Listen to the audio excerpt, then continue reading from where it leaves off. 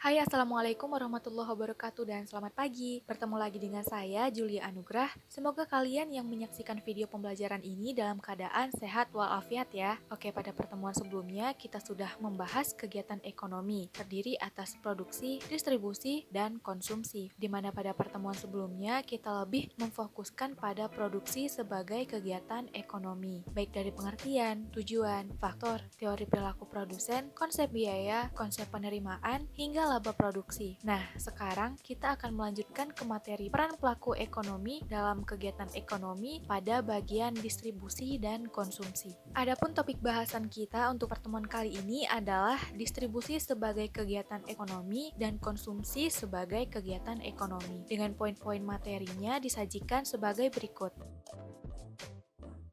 Langsung saja kita masuk ke bahasan distribusi sebagai kegiatan ekonomi.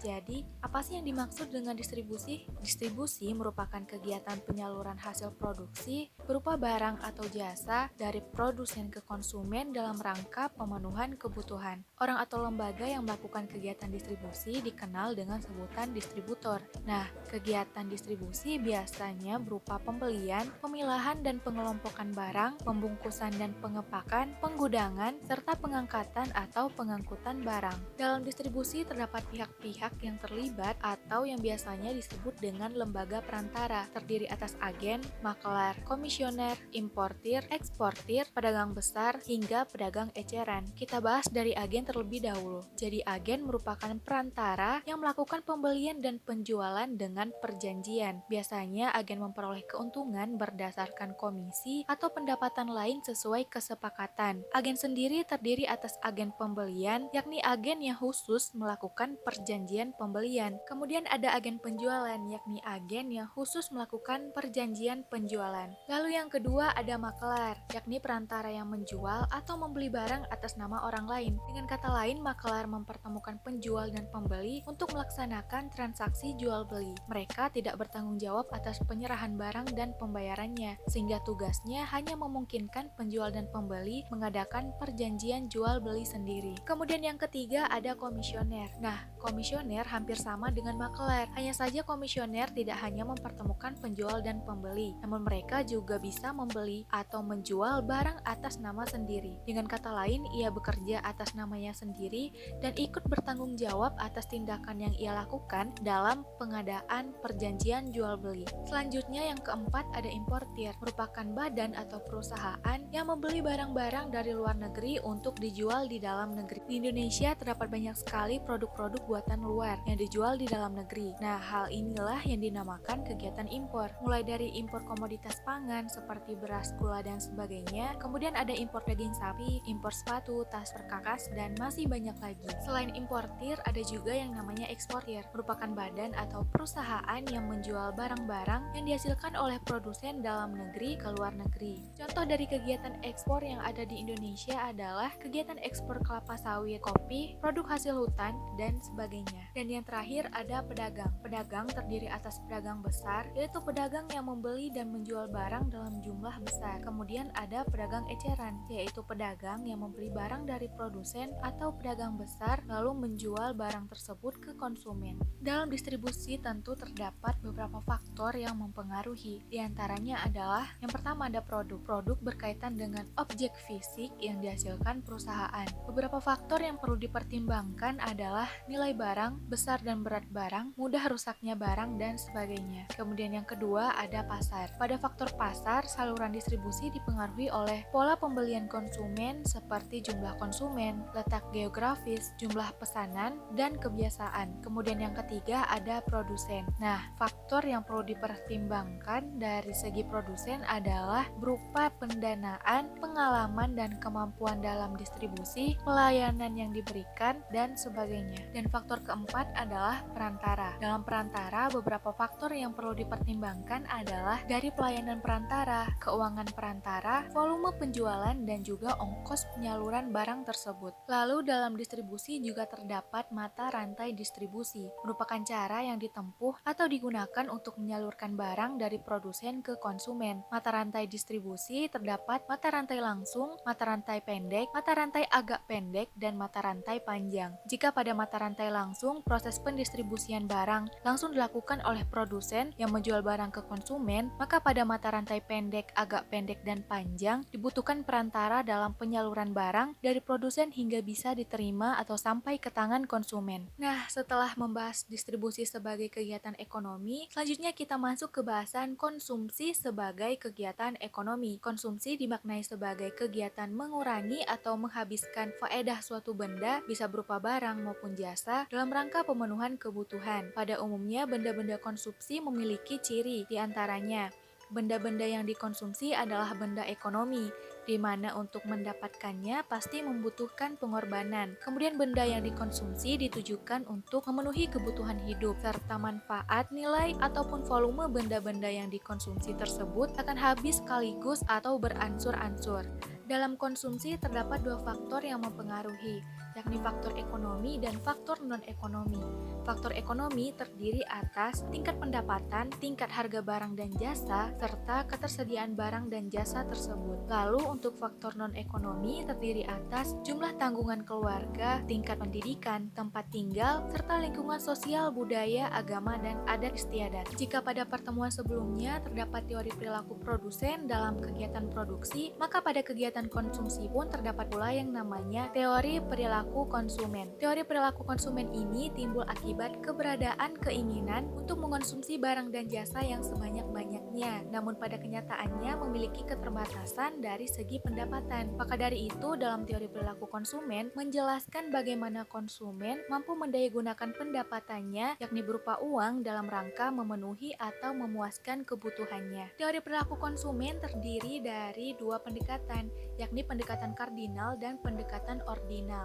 Nah, pertama-tama kita akan bahas dulu dari segi pendekatan kardinal. Pendekatan kardinal didasarkan pada asumsi bahwa tingkat kepuasan yang diperoleh konsumen dari konsumsi suatu barang dapat diukur dengan satuan, baik uang, jumlah, dan sebagainya. Pendekatan kardinal memberikan penilaian yang bersifat subjektif. Artinya, tingkat rendahnya suatu barang tergantung dari sudut pandang subjek yang memberikan penilaian tersebut, yang bisa saja berbeda penilaian dengan orang lain. Contohnya, spidol akan lebih berdaya guna daripada palu bagi guru. Namun bagi pertukangan, justru palu akan lebih berdaya guna daripada spidol. Nah, pendekatan ini mengandung anggapan bahwa semakin berdaya guna suatu barang bagi seseorang, maka barang tersebut akan semakin diminati. Pendekatan ini didasari oleh suatu hukum dari tokoh terkenal, yakni Hermann Heinrich Gosen. Melalui hukumnya yaitu hukum Gosen 1 dan hukum Gosen 2. Hukum Gosen 1 dikenal dengan istilah pendekatan kardinal satu jenis barang, karena memang fokusnya pada pengkonsumsian satu jenis barang secara terus-menerus. Maka pada hukum Gosen 1 terdapat asumsi yaitu ketika kebutuhan suatu barang seseorang dipenuhi secara terus-menerus, maka kepuasannya akan semakin menurun. Pendekatan yang digunakan adalah pendekatan guna batas atau marginal utility. Agar lebih mudah dipahami, mari simak contoh berikut. Pada contoh tersebut terdapat tabel di mana di dalamnya ada kolom jumlah gelas atau Q, menggambarkan berapa banyak jumlah air yang kita minum, dimulai dari 0 gelas hingga 6 gelas air. Kemudian di kolom kedua terdapat nilai guna total atau total utility. Total utility menunjukkan jumlah kepuasan yang diperoleh dari mengkonsumsi barang, di mana nilainya sudah ditentukan, mulai dari 0, 30, 50, hingga 35. Lalu di kolom ketiga terdapat nilai guna marginal atau marginal utility, merupakan tambahan kepuasan sebagai akibat bertambahnya satu satuan barang yang dikonsumsi, di mana nilai MU atau marginal utility diperoleh dari delta TU dibagi delta Q. Jika diperhatikan lebih lanjut baik melalui tabel maupun kurva, kita bisa mengetahui bahwa ternyata kepuasan kita ketika mengkonsumsi air dalam gelas awalnya bertambah, namun ketika pada pengkonsumsian gelas kelima, kepuasannya malah menurun. Nah, hal ini disebabkan karena seseorang yang mengkonsumsi satu jenis barang secara terus-menerus akan merasa bosan sehingga kepuasannya pun akan menurun. Nah,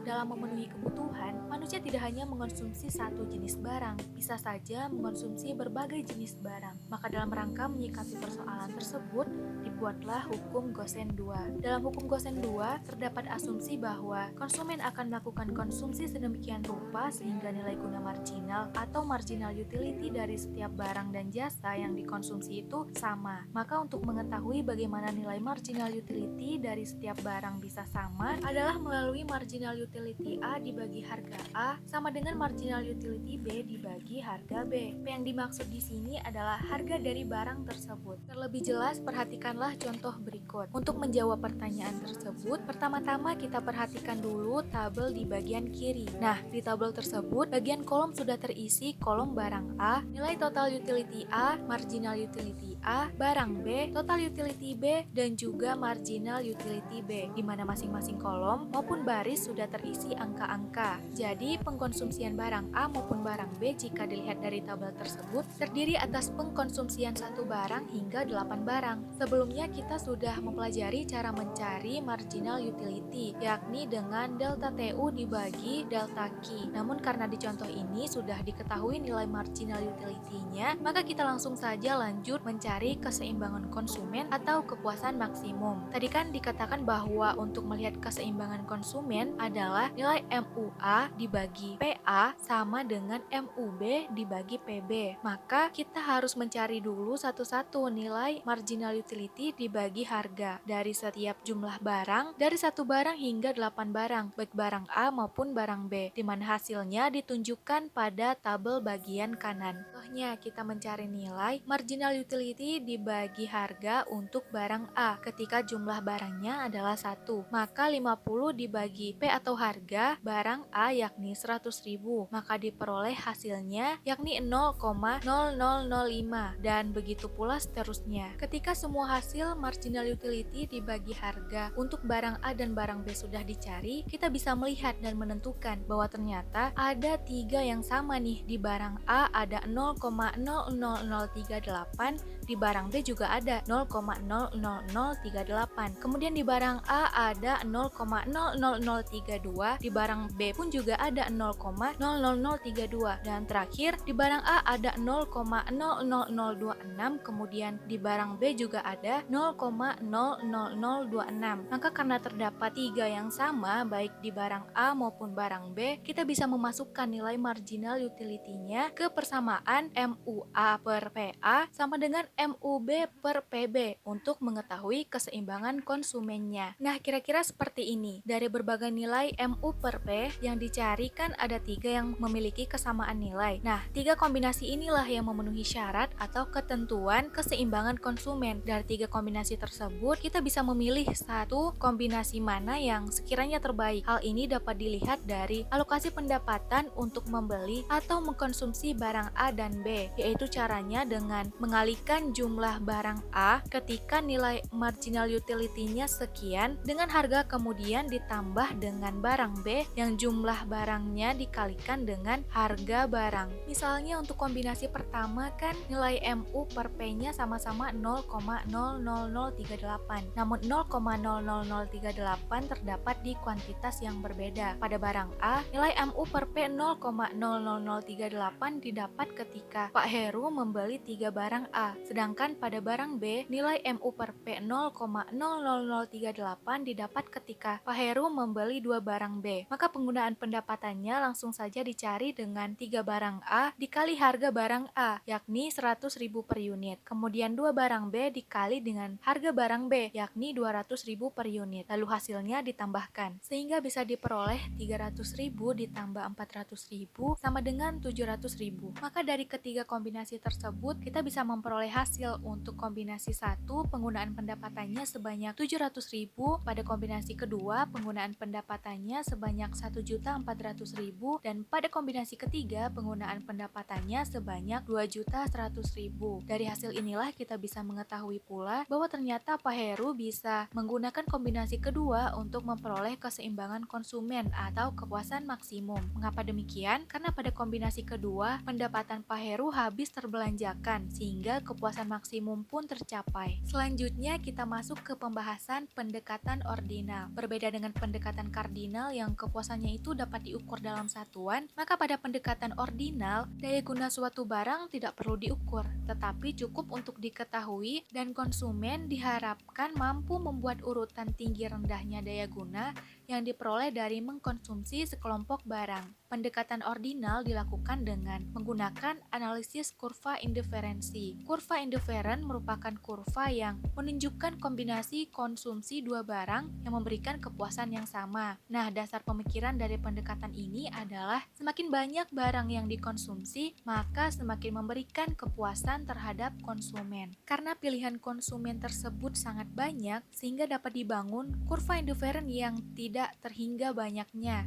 Seperti pada gambar berikut, titik kepuasan konsumen yang paling tinggi adalah bliss point atau titik B, yang menggambarkan bahwa konsumen telah mengkonsumsi jumlah barang X dan barang Y yang tidak terhingga. Namun, untuk mencapai titik tersebut tentu sangat sulit, terlebih lagi dengan adanya keterbatasan pendapatan setiap orang. Nah, akhirnya selesai juga kita membahas materi distribusi sebagai kegiatan ekonomi dan konsumsi sebagai kegiatan ekonomi. Terima kasih karena sudah menyempatkan diri untuk menyaksikan video pembelajaran ini. Semoga materi yang saya sampaikan bisa menambah wawasan dan bermanfaat bagi kalian. Sampai jumpa di video pembelajaran berikutnya.